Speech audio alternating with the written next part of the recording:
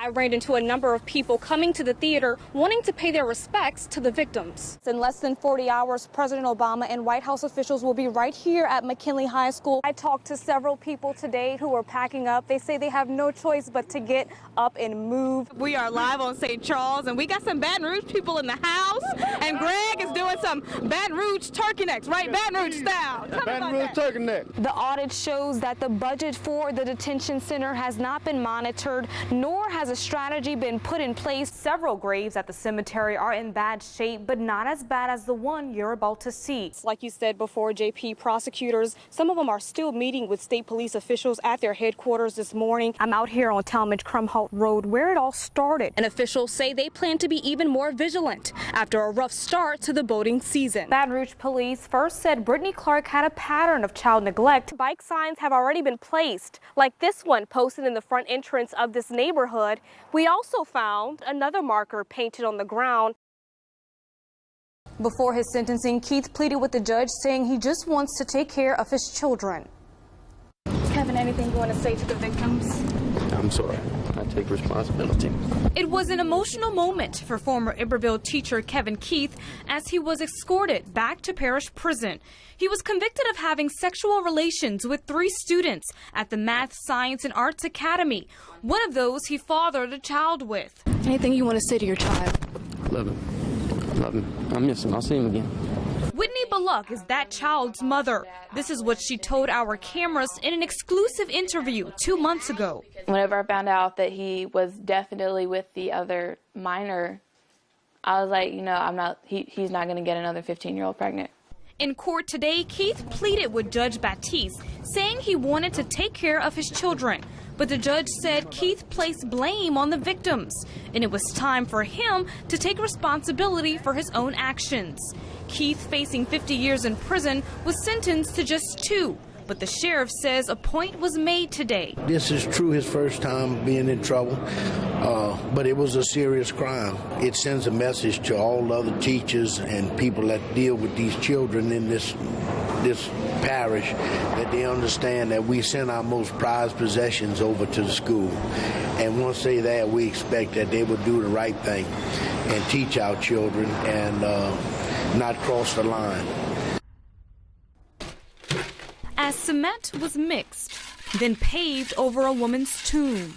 It was a grateful moment for those like Frederick Boyd. And it still shows that someone cares, and to me that's all that matters. Today we caught back up with Boyd. A couple of weeks ago he discovered the gruesome findings, a full skull exposed from a broken grave site. At the time, the bones had been exposed for more than a month, and nothing was being done. This person once lived, and we take care of our loved ones when they're living, and it's our job to take care of them once they're moved on also.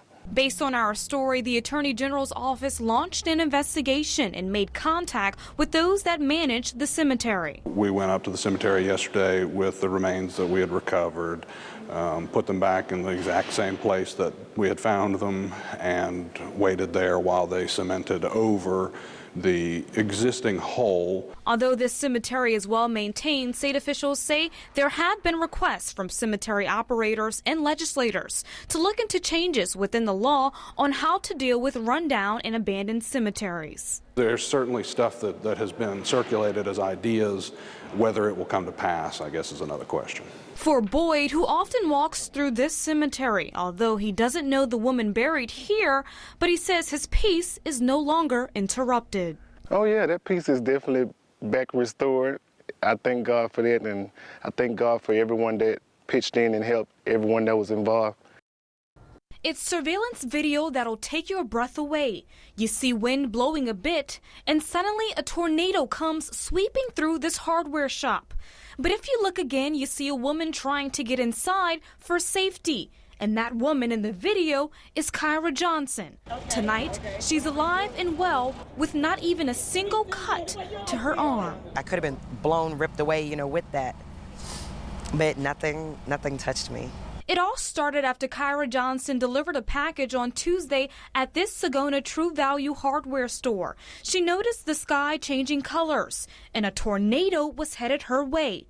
In the video, you see she tries to get inside of the store, but the doors were automatically shut.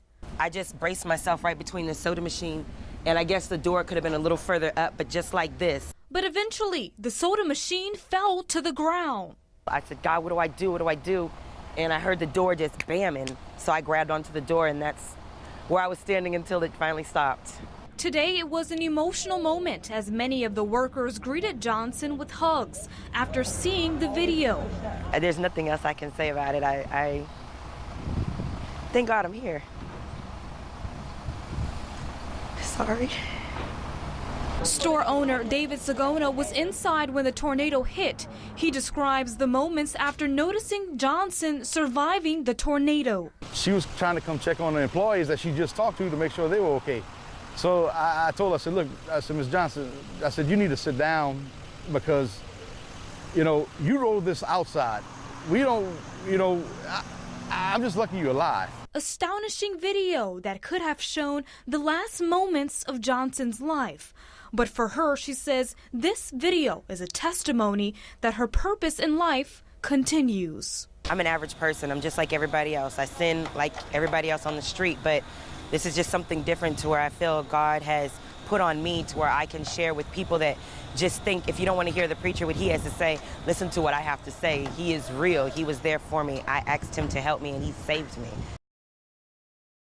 10-year-old Shane Blanchard Jr. is a hero. He described for me a few minutes that will remain with him for a lifetime.